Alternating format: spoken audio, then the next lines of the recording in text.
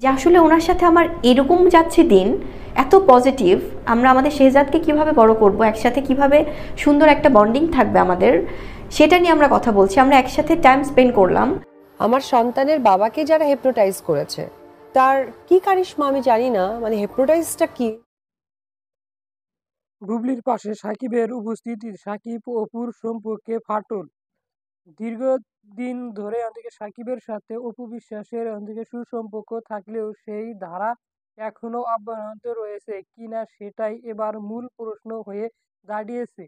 কেননা অপু যাদেরকে অন্যদিকে ঘৃণা করেন সাকিব তাদেরকেই এবার সঙ্গ দিয়েছেন, অর্থাৎ বুবলির অন্যদিকে টিমের সাথে সময় কাটিয়েছে সাকিব খান, যা নির্দিষ্ট অপুর জন্য অনেকে কষ্টদায়ক। বুবলির অনেক উপস্থিতির কারণে সেই স্থানটা অপু নিজে ছেড়ে দিয়েছেন। সেই স্থানে যদি তার প্রিয় মানুষের দেখা মেলে তা আদৌ কি মেনে নিবেন অপু বিশ্বাস?